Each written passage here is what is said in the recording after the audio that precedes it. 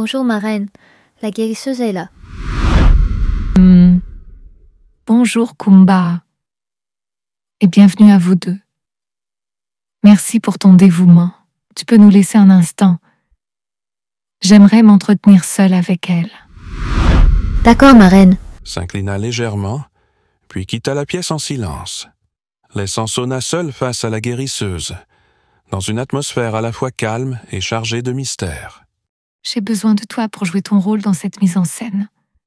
Tu diras au roi que tu nous as toutes examinées et que les 3 grossesses sont réelles. Quand le moment viendra, tu annonceras que seule une d'entre nous a mis au monde un enfant vivant. Ma fille, ce que tu me demandes n'est pas une chose légère. Mentir à un roi, c'est toucher aux lois du ciel autant qu'à celles des hommes. Et tromper une femme enceinte, c'est comme poser un voile sur la vérité elle-même. Oui, je sais tout cela, maman Syrah, mais je n'ai plus le choix. Je suis désespérée. Il faut que tu m'aides, je t'en prie.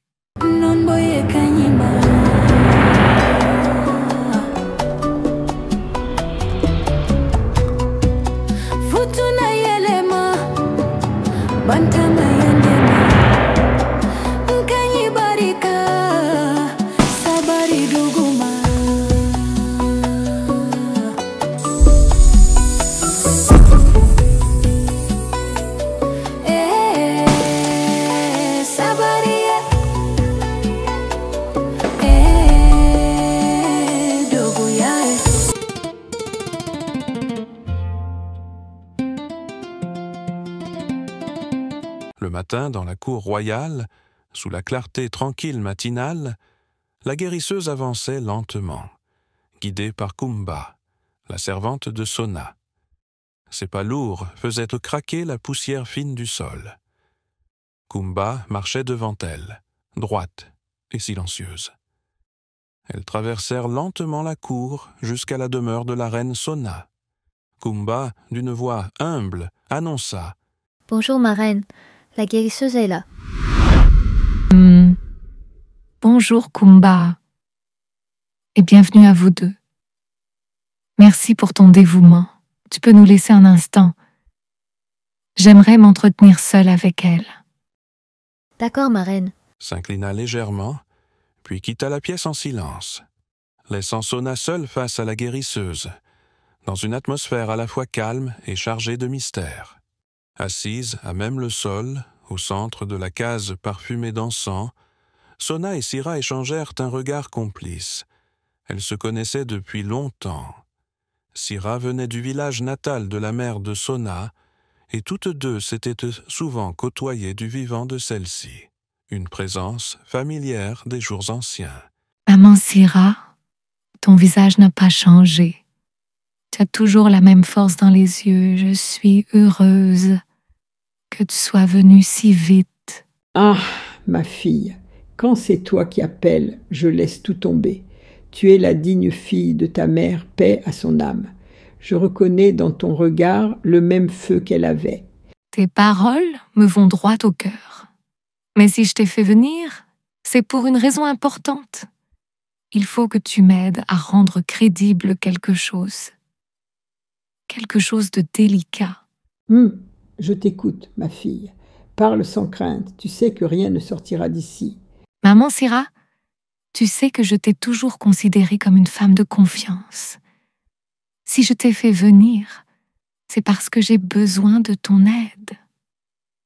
Pas comme guérisseuse seulement, mais comme alliée. Depuis quelque temps, des choses se sont passées au palais.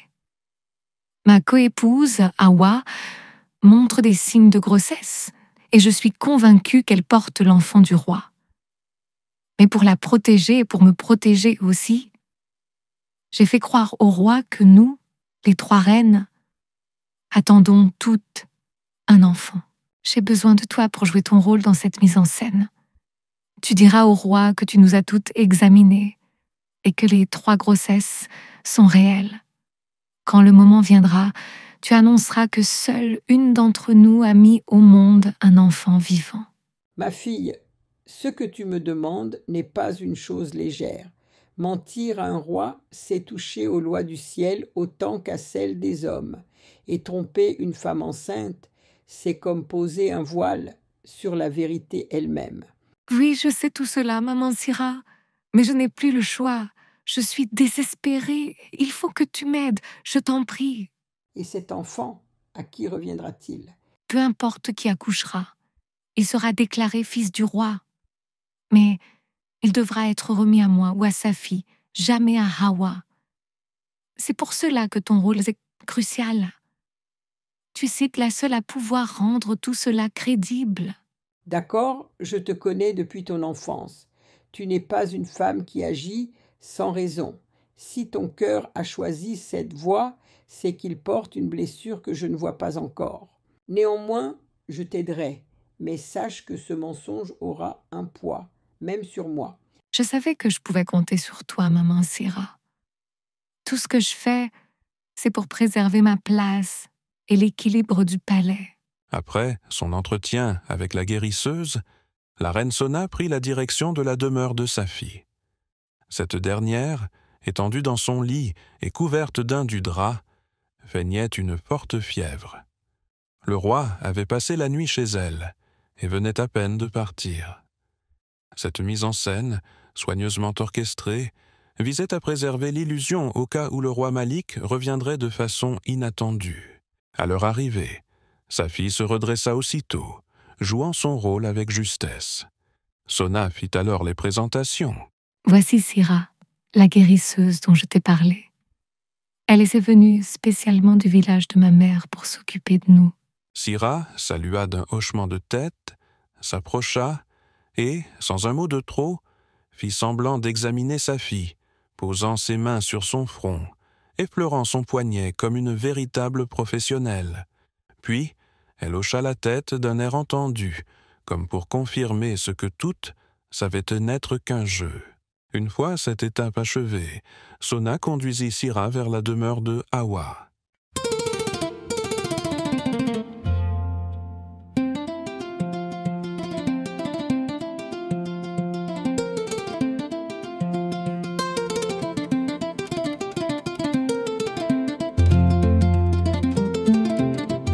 À leur arrivée, Sona demanda à la servante de Hawa de sortir un instant, et celle-ci obéit sans dire un mot. Après la présentation faite par Sona, chez Hawa, la guérisseuse reprit son sérieux. Elle observa, questionna, et prit le temps de vérifier chaque signe. Son verdict tomba avec assurance. Hawa portait bel et bien la vie en elle. Oui, comme vous deux, il n'y a pas de doute. La jeune reine aussi porte en elle le souffle de la vie et son corps en porte déjà les signes évidents. De retour dans sa demeure, Sona, soucieuse de garder la situation sous contrôle, installa Syrah tout près de sa propre demeure, dans la case de sa servante. Elle ordonna ensuite à cette dernière d'aller passer ses nuits dans la case de la servante de sa fille, le temps que les choses se stabilisent. Ainsi, la guérisseuse demeurerait à portée de voix, et sous le regard constant de Sona. Plus tard, dans la matinée, lorsque le soleil commença à inonder la cour de sa lumière éclatante, Sona prit la direction du palais royal en compagnie de la guérisseuse Syrah. Elle marchait lentement, l'une droite et majestueuse, l'autre silencieuse et respectueuse.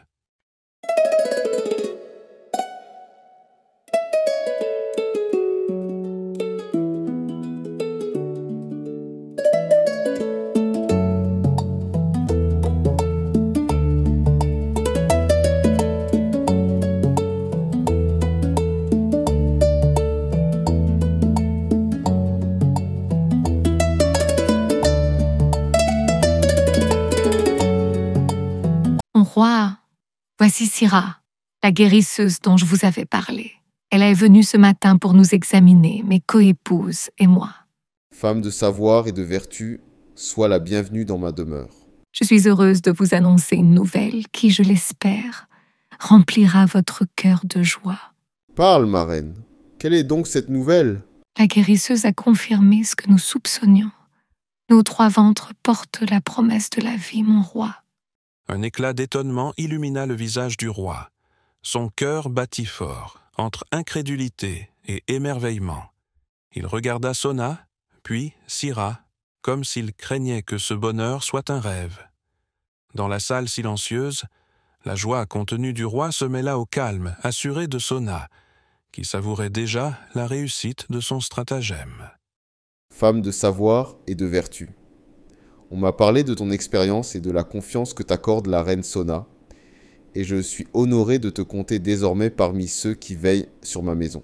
Ces nouvelles que tu apportes, Maid, sont une bénédiction pour tout le royaume. Je tiens à ce que tu ne manques de rien pour accomplir ta tâche.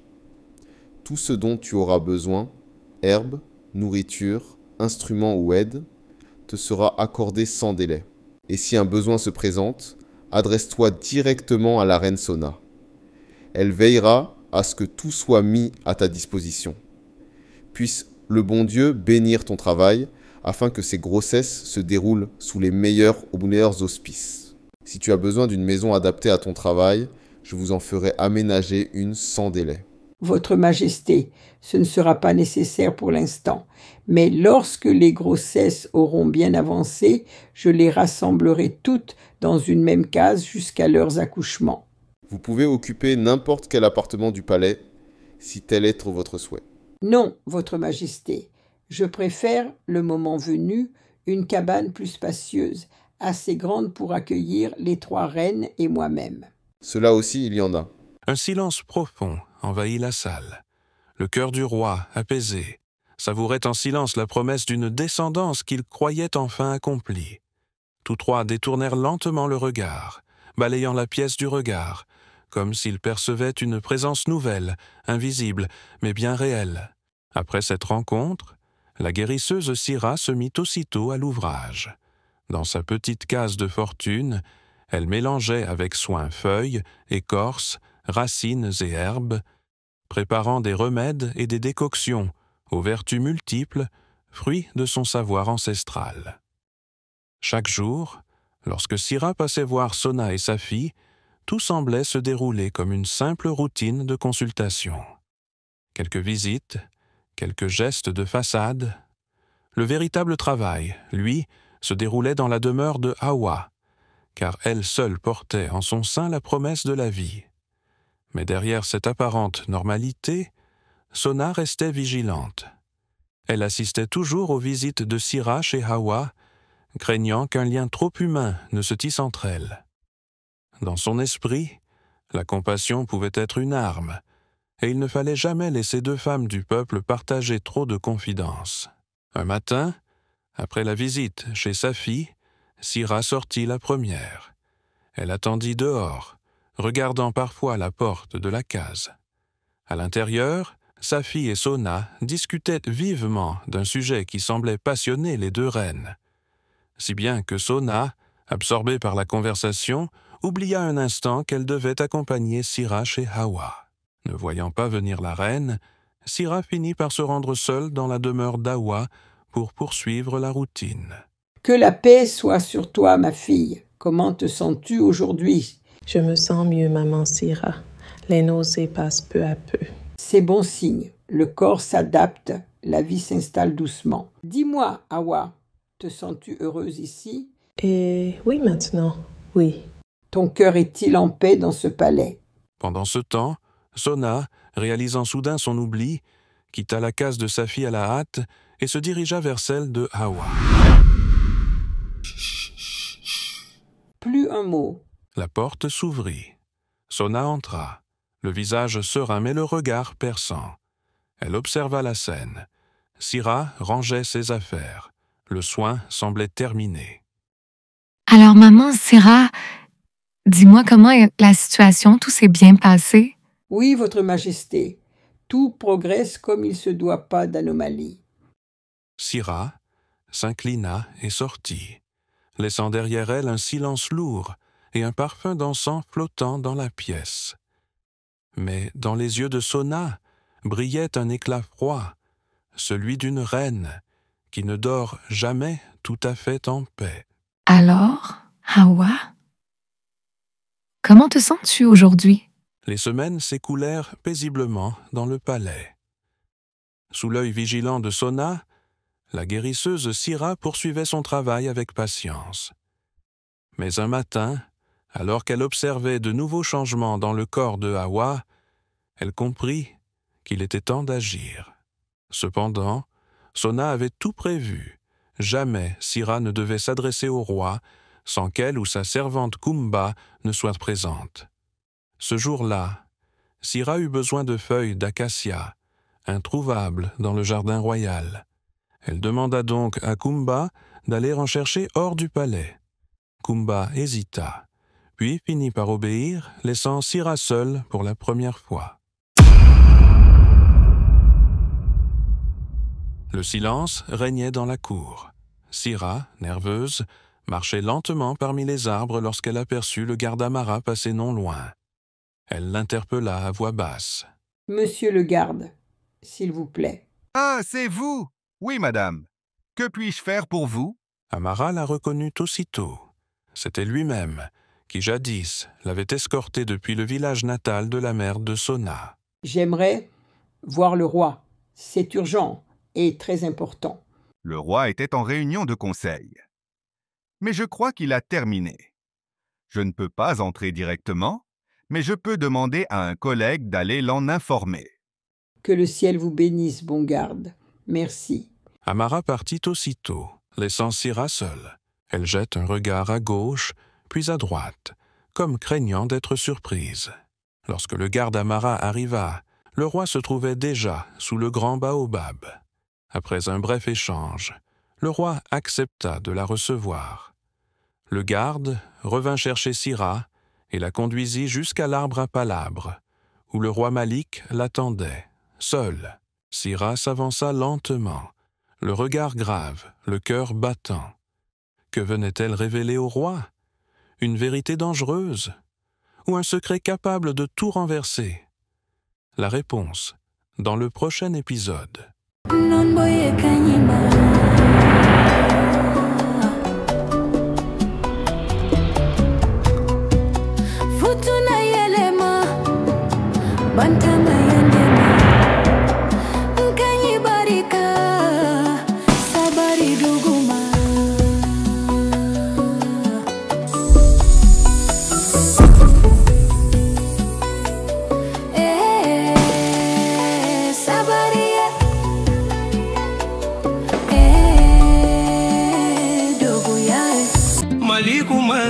Barakara folo yala dugumala sona muso detigia safi muso dinke